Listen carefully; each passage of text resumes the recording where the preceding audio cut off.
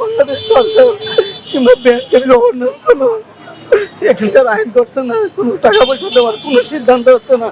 আমরা প্রতিনিয়ত ব্যাংকে যাচ্ছি, সবসময় খালি বলছে আপনাদের টাকা দেওয়া হবে, আপনারা ধৈর্য ধরেন। কিন্তু আমরা 24-এ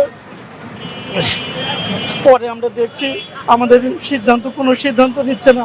সব সময় শুধু আমাদের ব্যাংকে যাওয়ার পরে একই কথা বলছে, আমরা কিছু জানি না। শাখাগুলো বলছে আমরা কিছু জানি না, আপনার উপর মহলে যোগাযোগ করেন, আমরা এখানে চাকরি করি। আমাদের অনুরোধ, বাংলাদেশ সরকারের প্রতি অনুরোধ এবং বাংলাদেশ ব্যাংকের প্রতি অনুরোধ, আমাদের যে আমানতগুলা আমরা যে রেখেছি যে 5টি ব্যাংকে, আমাদের আমানতগুলার সুরক্ষা নিশ্চিতকরণ, লেনদেন স্বাভাবিক এবং হেয়ার কাট নামক যে কালো আইন করছে সেটা বাতিল করে আমাদের ব্যাংক লেনদেন স্বাভাবিক করার জন্য আমি সরকারের কাছে এবং বাংলাদেশ ব্যাংকের কাছে বিনীত সবিনয় আবেদন জানাচ্ছি।